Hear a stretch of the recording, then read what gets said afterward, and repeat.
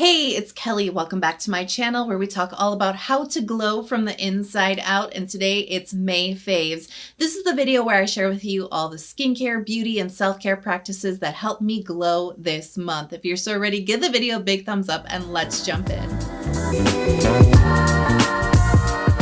So I want to kick the video off talking about the Vegreen alcohol-free Mucin toner. Now this is something that I've used for many years. I've talked about it quite a bit on my channel, and I'm pretty sure it's been a fave like many moons ago, many years ago at this point. But I wanted to talk about it this month because I will admit I sort of forgot all about this toner. You know, that is definitely something that happens when you test so many different skincare products, even things that you really deeply love. Sometimes they just sort of fall off your radar when you're constantly trying new things. And so this was definitely something that suffered from that. It's something I have fond feelings for. I've enjoyed a lot. It's a deeply hydrating toner. And I picked it up again recently and I was like, oh yeah, this is so good. I forgot how good this toner is.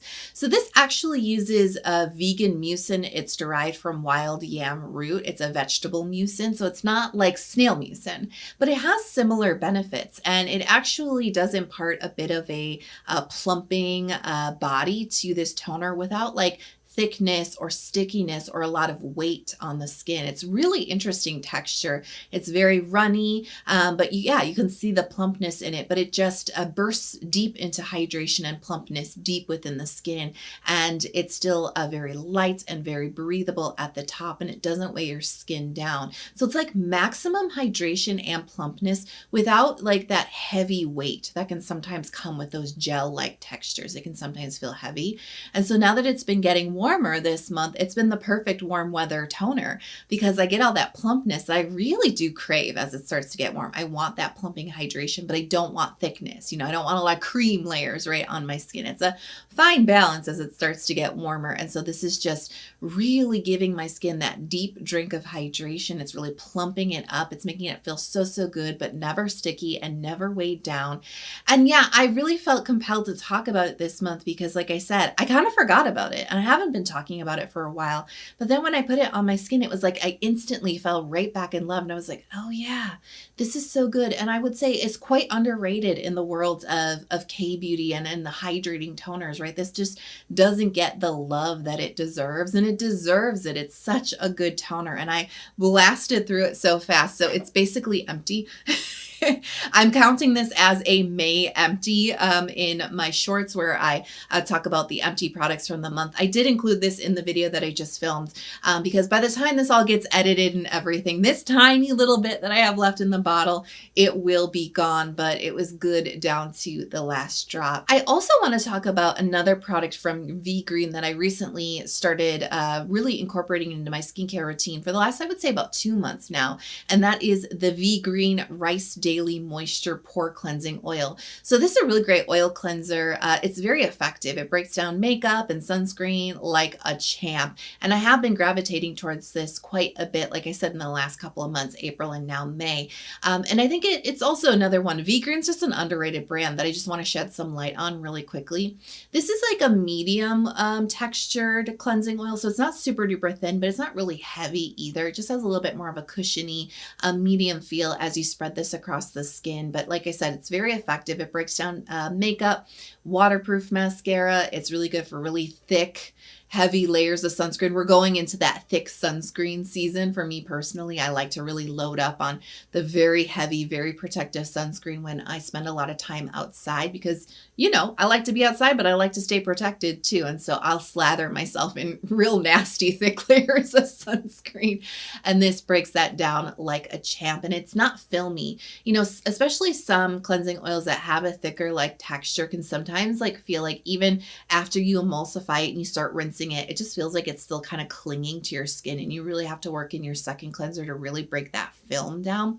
This isn't. This rinses away quite cleanly for having a little bit more of that thicker medium feel on the skin. Now this is technically not fragrance. Actually has a scent to it. It's kind of pleasant. It's almost even a tiny bit fruity in a way. I actually kind of like it, but I was surprised at how much of a scent that this carried.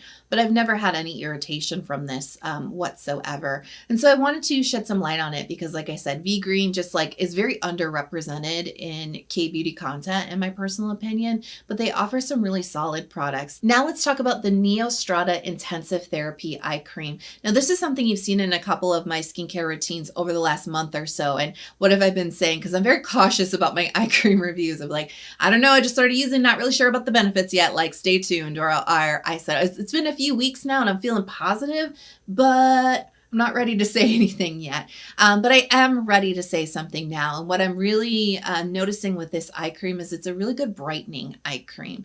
There's some really great ingredients in here that are, and it's quite concentrated, quite honestly, that are really good for brightening up the eye area. And it is also something that is targeting like skin elasticity and collagen production with the peptides. And I'm not 1,000% sure on the benefits of that, quite honestly. But what I can say is this is definitely something that has helped to combat under eye darkness and discoloration, especially from lack of sleep for me personally. I've been sleeping so terribly this past month or so because there's something about that change in the weather, the change in the light in spring, going from really dark winter into more sunlight in spring. It really flips things around for me. I have a hard time falling asleep and then I'm kind of dragging in the morning. And so I've been really feeling it physically in my body, but I have not been seeing it physically around my eye area. And that is surprising to me. And that's why I wanted to talk about this product this month. So let's dive into the ingredients. So this eye cream contains bakuchiol, which is an ingredient that I really personally enjoy in eye creams from other brands. And it's actually something that kind of attracted me to this product was the bakuchiol content in here. Now you may know this ingredient as it's often marketed as like a phytoretinol. It's not in the retinoid family. And I always like to say that because I find that type of marketing and that language can get kind of confusing, right? So it's not a retinoid. However, it is likened to retinol because it has retinol-like benefits. So yes, it is a brightening ingredient and it can also be beneficial for acne-prone skin, but really where the comparisons lie is with the well-aging benefits. Bakuchiol can help to upregulate collagen 1, 3, and 4 production in the skin. It can also downregulate the bad enzymes that can destroy the collagen structure. And what do I always say? Collagen, name of the game when we want to target fine lines, wrinkles, loss of skin elasticity, right? Firmness. You want a good, strong collagen structure in the skin. That starts to degrade with age, but it can also degrade with damage, like with the down regulating that bad enzyme that can destroy the collagen structure. Sun exposure can speed up collagen destruction, right? Inflammation can speed up collagen destruction. So bakuchiol helps to stimulate more collagen to keep that structure strong, and that's what keeps our skin firm and smooth and lifted and resists the fine lines and wrinkles and helps the existing ones to look better. So we do have that well-aging benefit from the bakuchiol content in here. And it is an ingredient that is often gentler, than a retinoid ingredient, especially for that delicate eye area skin. They're also using an ingredient in here called acetylglucosamine or neoglucosamine. And this is actually an interesting ingredient that is additionally helping to brighten up the skin. Neostrata kind of markets this as a very gentle skin cell turnover benefit from this particular ingredient, like a little light exfoliation. And I'm not entirely sure about the exfoliation that's occurring, but there's definitely a strong brightening benefit from this eye cream. And I think it is the bakuchiol, but also this acetylglucosamine that is also kind of coming together to offer that brighter, more rejuvenated looking skin. Now, I know you're going to ask me about the peptides in this formula, and Neostrata has their own patented peptide complex that they're using here in the formula called microdipeptide 229. So this is an interesting peptide that they have developed specifically for its abilities to target different signs of aging on the skin and really to help boost all the good things in the skin matrix, like I was talking collagen structure, all the proteins and everything in the skin that keep it firm, lifted, and really help to resist the fine lines and wrinkles. And that's what this peptide complex is really doing. And they have they have really formulated this to be better at penetrating into the skin, getting down to where it needs to get to in order to be effective. So that's kind of the difference between like the generic version and like Neostrata's like patented version. Texture is interesting here because it's almost like a light gel cream kind of texture. It's not like a heavy dense cream. It actually spreads really nicely and absorbs very, very quickly. I find this to be like kind of light on the moisturization. I do have a fairly dry under eye area, and that seems to get worse in the springtime because the allergens in the air actually irritate my eyes, and then they get very watery and then just that like pooling watery moisture further dries out my under eye area. So I don't find the moisture levels on this to be quite enough for my specific kind of like I have high moisture needs for my eye area. So I actually just seal this in with another cream. But I think if you're like not a fan of like heavy, rich, like traditional cream textures, this is going to be perfect for you because it really actually sinks into the eye skin very, very effortlessly, very quickly. You don't have to like wait for it, really tap it in a lot. So I feel like it has a high performing texture. But it really is about getting those actives into the skin. And you know, the interesting thing is the first time I used it, I actually read the instructions. I don't always do that. And they recommended like using it once a day for like 2 weeks to get your skin accustomed to the actives in the product. And then after that, and you're not feeling any irritation, then you can bump it up to 2 times a day. And I will say the first, you know, handful of days that I was using it, I could feel that it was a little bit stimulating, maybe is the right word. It wasn't like irritating, but I could just tell that it was doing something. You know what I mean? My skin did have to actually get accustomed to the actives in here. Now, is it that like slightly exfoliating ingredient? Maybe. Is it a higher percentage of bakuchiol than I'm used to? Potentially. Is it everything coming together that, you know, it's quite potent? Very possibly that as well. So I just want to let you know that I can definitely feel that this isn't just a moisturizing eye cream. This is actually, yeah, the actives are potent here. And I did follow that schedule. And I will say I haven't really quite bumped up to 2 times a day, quite honestly. I mostly just reserve this for night. But I also mentioned too, it's not quite as moisturizing as I need it to be in this season. So that's probably more, it's really just kind of, I follow that natural rhythm. I feel like that's probably more why I'm not using it in the daytime, but I'm still seeing amazing results with it, just using it in my nighttime routine. Like I said, under eye darkness. I do tend to get that when I'm not sleeping well. It does tend to manifest more as a redness than a blue-based discoloration. It's more of a redness, and that's just due to my skin tone and how that shows up in my skin. But I'm not really noticing that. My eyes aren't looking very haggard. They just look kind of the same, quite honestly. So am I seeing improvement necessarily? Maybe a little bit of extra brightening, maybe, but it's really just the fact that it has helped me in this period of time where I'm not sleeping very well, where the season is kind of wearing me down a little bit, quite honestly, and I'm not seeing that show up. And quite honestly, that is the area where I'd see it first. You know, when you have a bad night's sleep and you just look in the mirror and you're like, it's all over my face, especially in my eyes.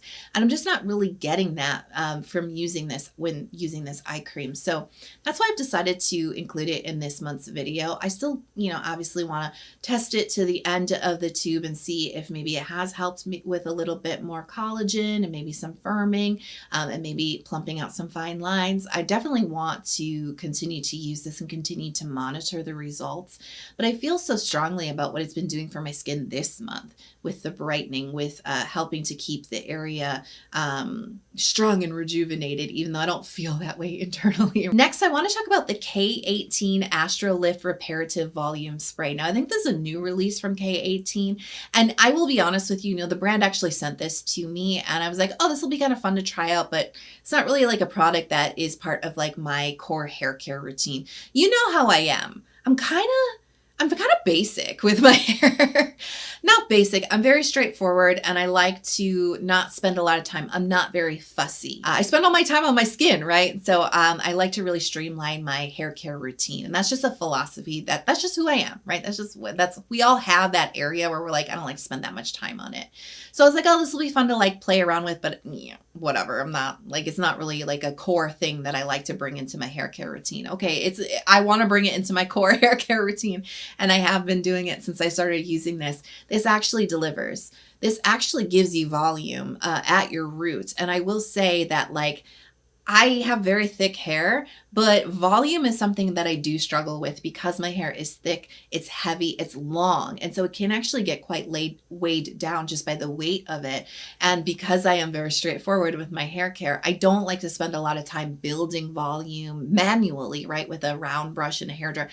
I mean, you're lucky if I dry my hair with the hair dryer. I love an air dry.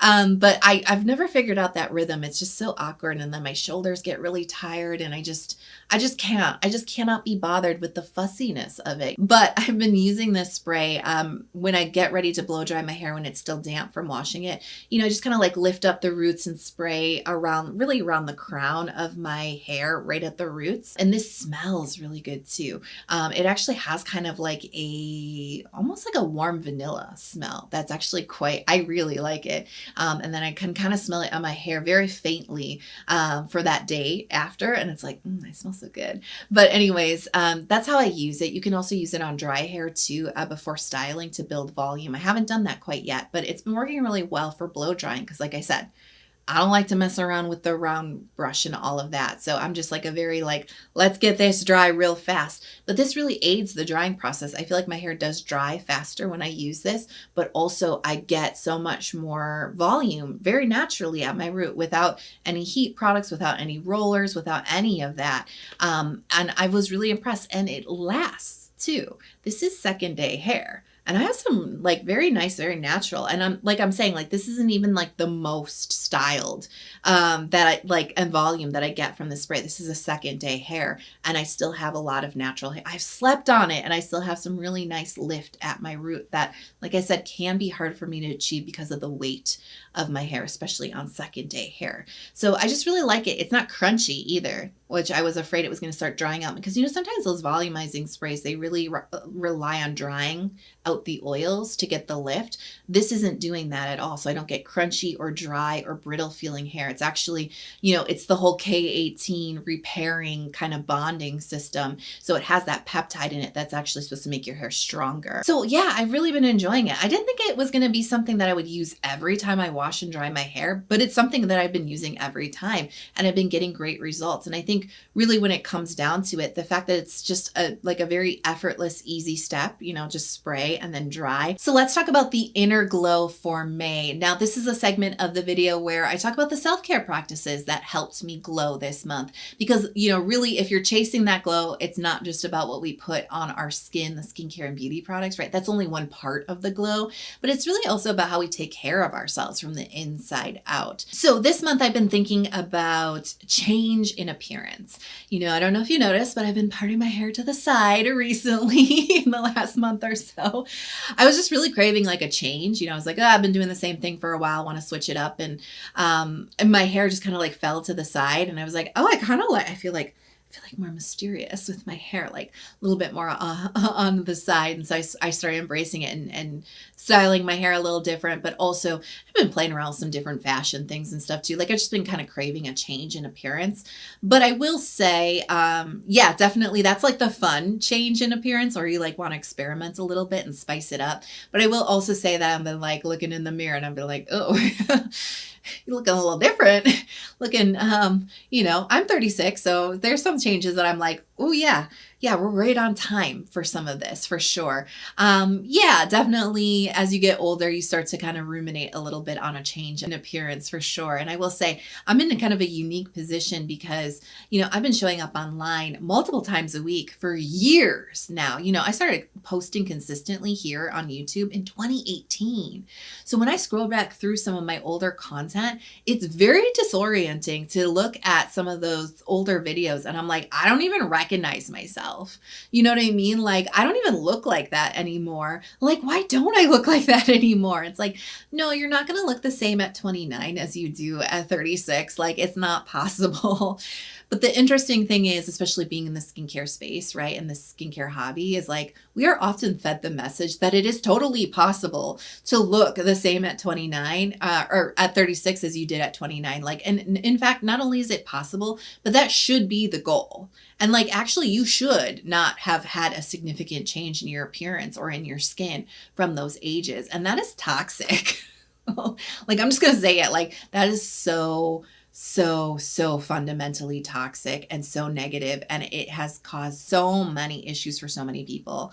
Like, how much self-loathing does that create in us when a natural process like aging, a natural change, aging happens on our skin, and we beat ourselves up about it because the messages that we're getting is like, do not change, right? This is really the root of the reason why you hear me say well aging, and I very rarely use the words anti-aging.